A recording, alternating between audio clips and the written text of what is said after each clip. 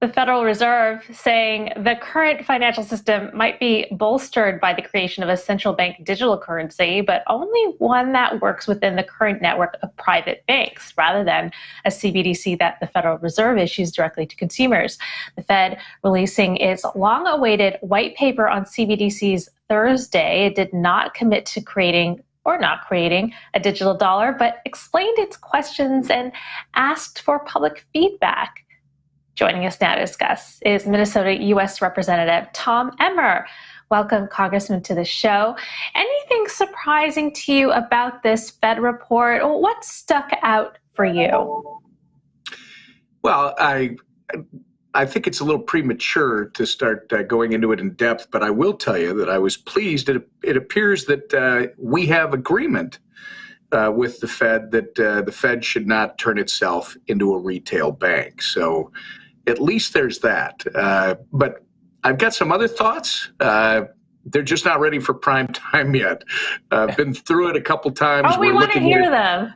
We want to hear them. Congressman. We're not ready for prime time either, so you can do it here. Well, I don't want to be caught between you and Emily, Lawrence. I mean, Emily's got this interesting outlook that's she'll go right after you, and you're looking for that positive spin every time riding the subways of New York. So, exactly. Look, it's an interesting report. I don't want to go into the details because we've been through it. I think the thing that stood out the most, because it's something that we were talking about last week when we dropped our bill on the CBDC issue, is that the Fed should never become a retail bank. I've got some concerns, but I want to go through the rest of the report in more detail and compare it against what we've seen elsewhere. This is going to need a lot of work. I'll leave it at that for now. Congressman, you introduced a bill aimed at preventing the Federal Reserve from issuing a central bank digital currency directly to U.S. consumers. It seems that the Fed is not seeking to do that. So are your concerns somewhat abated somewhat? Does this mean that you'll be withdrawing that legislation, or? Absolutely not, Christine. No. Last Wednesday, on the 12th of January, we introduced a bill that, yes, prohibits the Federal Reserve from issuing a central bank digital currency directly to individuals. We have some serious concerns, and I guess I'm not convinced yet well, simply put, the bill that we dropped is a statutory prohibition on a potential surveillance tool that I believe will kill private sector innovation and deflate the dollar's dominance. And my statement last week was Congress has to regulate our regulators. So your question, is there no need for this bill? Well, the bill was dropped because we have to have a discussion about what a CBDC model would look like. I've told you what my concern is, turning it into a surveillance tool. For instance, the idea that we would emulate the Communist Party of China.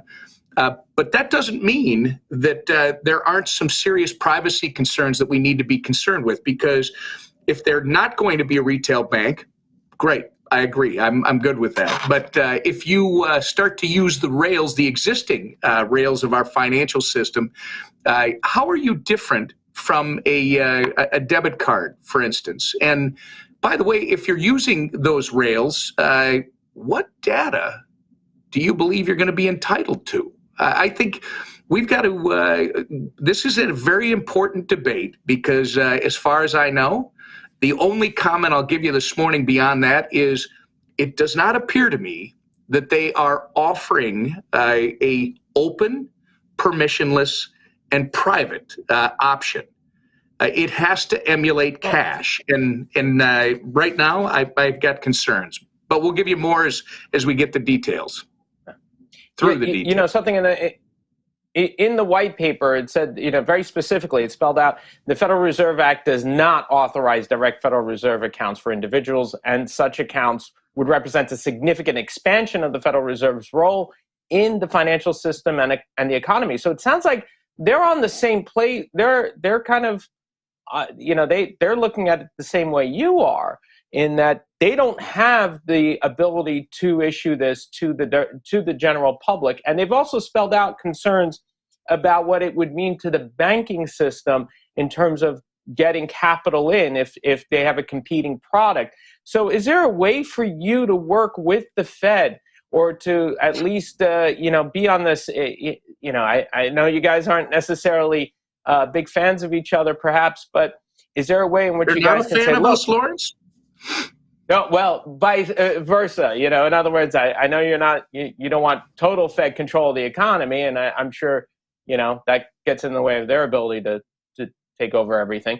But is there a way for you to work with the Fed to get a to get a solid, clear line of what each one does? It's the executive branch. We shouldn't limit it to the Fed.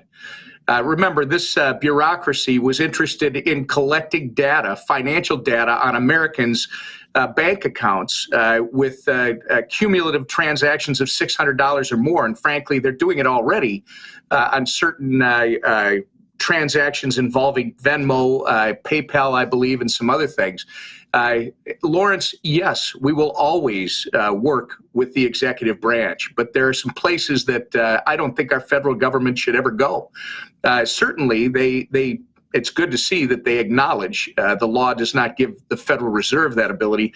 But Lawrence, that doesn't mean they're not going to try and construct something that is not open, permissionless, and private, and then come to Congress and seek authorization, or if Congress continues to fail in its responsibility to exercise what is supposed to be the most powerful branch of government by ceding all of its authority to the executive branch, God forbid we start to get executive orders that are directed towards this sort of thing. So we're going to continue to work with them. It's one of the reasons we dropped the bill last week, because I didn't think the debate was a full debate. All I was hearing in the ecosystem of Congress was, oh my goodness, we're falling behind China. We need to catch up to China. We've got to have our own central bank digital currency, and we've got to do it very soon. It's like, no, the private sector is much better at doing this stuff than the government. And I think that's the other thing that's getting lost here. The race of the Fed, which hasn't exactly shown success in the last year or two with its monetary policy, Lawrence. So, keep in mind, because of the, I would say, flawed monetary policy both here and abroad, that's what gave rise to the cryptocurrency craze. So your concerns are very well taken about privacy and the Fed having surveillance powers over, private money. But I guess the counter argument is that whether we like it or not, CBDCs are here, right? And it's not just China. China's obviously a first mover, but we have close to 90 countries actively exploring a central bank digital currency. So couldn't you make the argument that this is an opportunity for the United States to develop a central bank digital currency that protects privacy, that, it kind of like puts its mark on it? Because otherwise, you really will have, a trading system in which other governments are using digital currencies, and the U.S. just doesn't have one. So is there a way to sort of reframe this debate as not like we shouldn't do this, but like let's try to do this in a way that protects U.S. interests? Emily, I'll go back to what I said to Lawrence. We should always have the discussion. But this idea that somehow our government's going to be the answer when it comes to a digital currency, really? You've got two ways of doing this. You've got the Chinese model, which to me is digital authoritarianism. The government controls all the information. It's centralized. It can be used for surveillance. It can be used to direct behavior, or you can use the existing financial rails that we have in this country as the way to move this around. But Emily, I'll ask you, why do I need the government to do that? I've already got debit cards that essentially are being used this way on those same rails. Why do I need the Federal Reserve? Why is it imperative that the Federal Reserve or the Treasury or whatever group within the executive branch, why is it imperative for them to drive this? This country is based on private innovation, entrepreneurial activity. What we should be doing is creating a light touch regulatory structure by defining once and for all, providing some clarity to what exactly is a currency, what exactly is a commodity, what exactly is a security, so that the entrepreneurs can have some certainty. We should create some safe harbors. We should create the so-called sandboxes to allow people to experiment and try things in the private sector in this country. That's how we will have the advantage over everyone else in the world. We don't need to emulate them. We can actually be the trailblazer in this country. Congressman, what you're talking about sounds a lot. The one quick response I would have to that is that, private companies in this country have not been particularly good about protecting individual citizens' data. I mean, just look at big tech, right? I mean, there has been rampant abuses of personal data, right? So I think this idea that private companies will protect data it's not necessarily the case. But anyway, that's a slightly separate issue. I guess, you said that you would support, or you would be more supportive of, a CBDC that is permissionless and has the privacy elements of cash. Do you believe that's technically feasible? Like, do you think such a CBDC could actually come to light? It wouldn't be a CBDC. It wouldn't be a central bank. Look, Emily, where I would push back on you is decentralization is the whole point of blockchain technology. And we're moving, to your point, I'll just go back. Okay, great. Private companies haven't exactly been great. So we're going to give it to the government because it's been better. Well, both of us are in the same place. This is what I would say to you is everything up till now has required intermediaries. And this, as we go through this this white paper, this report in more detail, appears to be more of that. What I think is going to happen in this country, if we allow the entrepreneurs to experiment and take risk and create, is you're going to move from Web 2 right now, which requires intermediaries like big tech. You're going to be able to move to what people foresee as Web 3, where we have our personal digital identities, where you and I are literally in control of our own information and can do our transactions without intermediaries. This both scares, I'm sure, the living daylights out of the central government people, while at the same time excites them, because that's what will help our country lead into the 21st century when it comes to this sort of technology. So again, decentralization is the point of blockchain. How do the government officials that are working on this suggest that we actually utilize that decentralization? This is no different than a Libra, or now it's called Meta, or whatever the Facebook guys are calling it, where they create their own universe and allow us in. Well, Congressman, it sounds a lot like what you are advocating for. You said private entities creating digital currency. So that's being done right now. And we have Monero, which is a very privacy-focused cryptocurrency. We have Bitcoin out there, which is being used. Would you support just keeping what is in existence right now, such as those privately made coins? Why should we stay static? I support all of it. I support people who have a vision of something that's even better. The problem with government is it gets in the way. We want to make sure that people are safe and people are allowed to experience freedom the way they visualize it. But our government trying to regulate with no concept of what it's regulating, or trying to take this great new frontier and stuff it into a box of the last 2 centuries of finance, doesn't necessarily work. And Christine, I guess I'm good with the existing financial system, which I think is the envy of the world, existing and evolving with this disruptive technology.